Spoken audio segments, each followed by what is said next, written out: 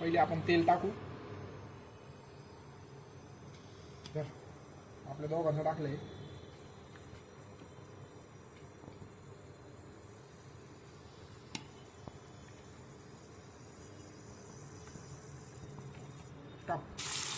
आता टाकून घेऊ आपण कांदा. कांदा मस्त हलवून घेऊ. आपला कांदा गोल्डन फ्राय झाला आहे. आता आपण थोडी आले लसूण पेस्ट टाकून घेऊ. आता त्याच्यात थोडेसे टमाट्या, थोडेसे म्हणजे एकच टमाटे फक्त, जास्त नाही. आता बऱ्यापैकी पाणी सुटलं आहे कांद्याला. आता आपण काळा मसाला टाकू थोडा, जास्त नाही टाकायचा तो. कोणता आहे एवढेचा चिकन मसाला.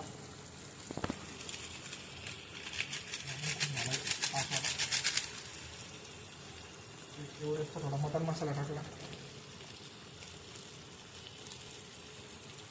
त्याच्यानंतर थोडासा लाल मिर्च,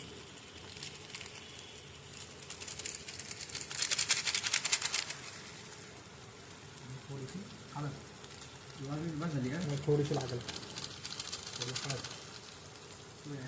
थोडीशी याच्यात परत लाल मिर्च कमी पडली म्हणून वरतून लाल मिर्च.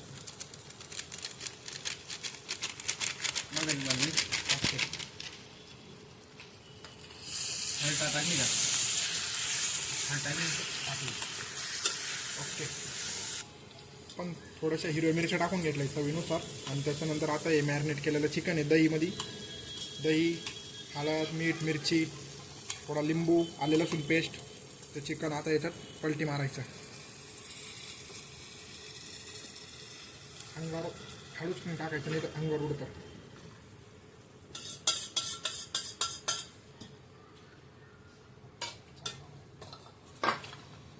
आता मस्त हलवून घेऊ आपण.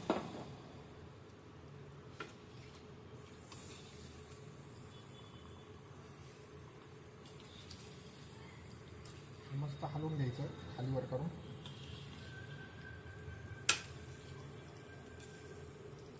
ओके.